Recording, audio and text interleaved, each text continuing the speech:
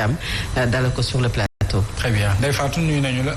maa ngi lay fay Mouhamed di nuyu ma sœur Fatou Abdou di nuyu suñu gan le professeur Khadim Rassoul Thiam ak l'autre invité. Très bien l'autre invité daan ko xaarandi d'un moment à l'autre il s'agit donc de Boubacar Seye. Alors l'actualité docteur est fortement également dominée par ce qu'on appelle l'immigration irrégulière donc mbir mi yàgg na fi lool et puis gis nañu ne ñaari fan yi ñu ngi koy waxtaanee waat lu bari ak surtout la disparition de certains Sénégalais ci waax yi nga xam ne mënees na ko jut baaraam wala mënees na cee teg gët alors selon vous lan moo sabab phénomène bi ni mel à chaque fois muy ñëw te buñ koy tudd rek di ci tuddaale ay doomu Sénégal yi ciy dem de façon vraiment lu yaatu ak surtout doomu Sénégal yi ciy faatu. Je m'excuse.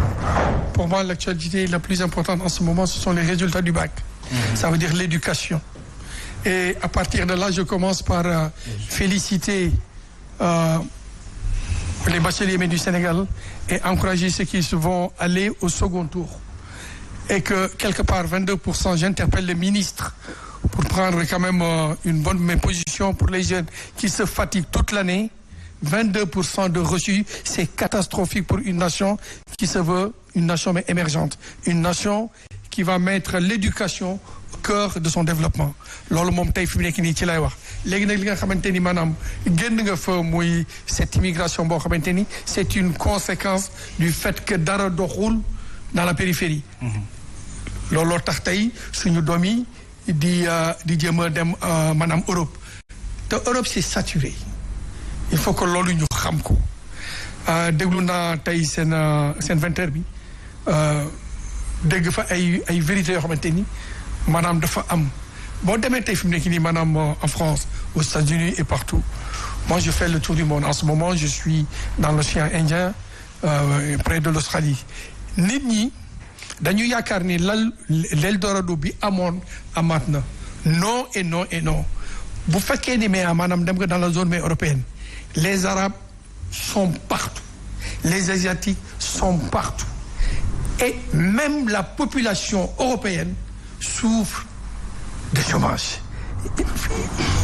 Gilets jaunes yi war nañ leen wan maanaam la réalité ñi nga xamante ni ñoo ce sont les retraités de la France wan leen réalité que ni dara doxul la France n'a pas une économie boo xamante ni mun na annexer ay problèmes am plus les problèmes des pays subsahariens mais africains loolu il faut ñu xam ko te tey man je ne comprends pas da ngay gis des jeunes yoo xamante ni ils dépensent 5 millions pour aller en France bu ñu demee mënuñu am kayit mënuñu am dara tu prends 1 hectare de terre au Sénégal tu investis 1,6 million francs CFA sur l'agriculture juste ci ay xaal sur la saison tu as 13 millions de chiffre d'affaires ci loolu ci la ñu war a waxtaan ak suñu rakk yi suñu doom yi conscientiser leen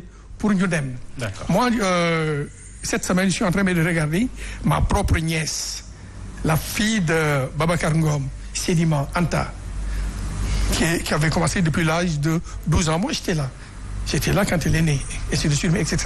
Et à partir de là Pape bi muy commencé il avait que 100 000 francs CFA actuellement il est milliardaire parce que dafa gëm ni fi mu nekk moo les racines sénégalaises mën na fi liggéey léegi tey ñun ñi nga xamante ni maanaam on a fait le tour du monde am nañu ay possibilités pour wan maanaam xale yi regarde sur 1 hectare de terre mun naa ci génne plus de 10 camions de 40 tonnes de pommes de terre ça c'est quel type d'agriculture c'est une agriculture tout simplement verticale bu ma jëlee maanaam 1 hectare de terre jël ay saako def ci copeaux yi def ci suuf si jël maanaam pomme de terre yi dagate ko ba mu am maanaam bourgeon yi ma dugal ko ci saako yi tegale leen nii ça veut dire que sur 1 hectare je peux avoir 10 camions de 40 tonnes à partir de là ci loolu ci la ñu war a ñun travailler pour aider cette jeunesse. D'accord. Pour ñu am xaalis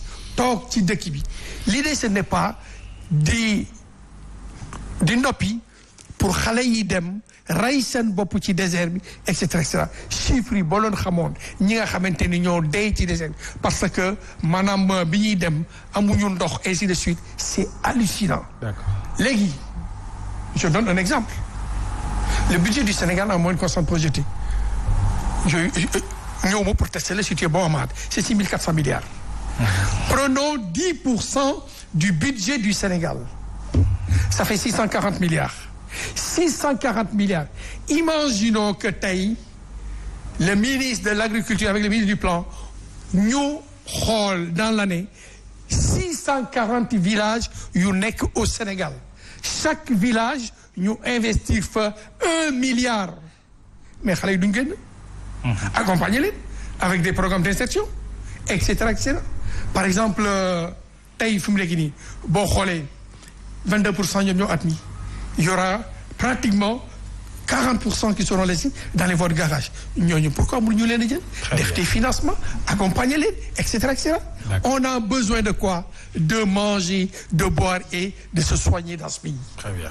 dinañ ci ñëw Fatou Abdou ñu bàyyi la ak kàddu gi. Alors bu ñu ñëwee déjà ci les politiques de jeunesse l'État a la volonté bu ñu gisee les politiques de jeunesse yi nga xam ne teg nañ ko fi selon vous fan la mbir yi bloqué am gàllankoor ba réussir uñu ko. Parce que ils confondent le budget de l'État et leur poche.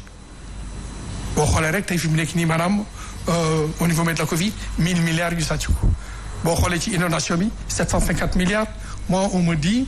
Et qui me l'a dit c'est le président Macky Sall bu nekkoon tamit dama koy mbécc. nee na joxe ne 750 milliards xamul fan la xaalis bi dugg mais il faut être sérieux 750 milliards c'est pas 7500 francs 750 milliards pour comprendre il faut le traduire en unité de millions ça fait 750 000 paquets de 1 million.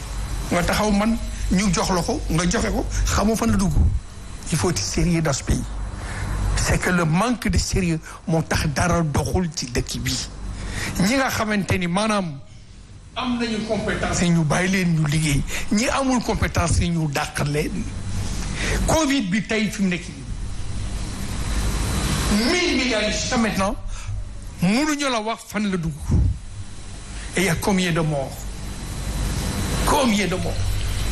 il faut que tey ñu waxante dëgg entre ñun que mënoo gérer depuis bi mu fi nekkee de 2012 à 2023 en moyenne constante xam nga ñaata la ñu joxagum ñi nga xamante ni ñooy diriger Sénégal plus de 40 000 milliards de francs CFA plus de 40 000 milliards de francs CFA ba pare suma mbokk yi di lekk ay ndambe di def ay rang ainsi de suite et cetera et cetera te xam na ni ndox am na on a plus de 600 millions de mètres cubes d'eau par seconde et par an yuy daanu xam nañu fii maanaam zone yoo xamante ni c'est des zones de ñaay mun nañ fi def lu nekk y a pas de volonté politique y a pas de gens intègres y a pas de vrais patriotes ay sàcc parce que je ne connais aucune loi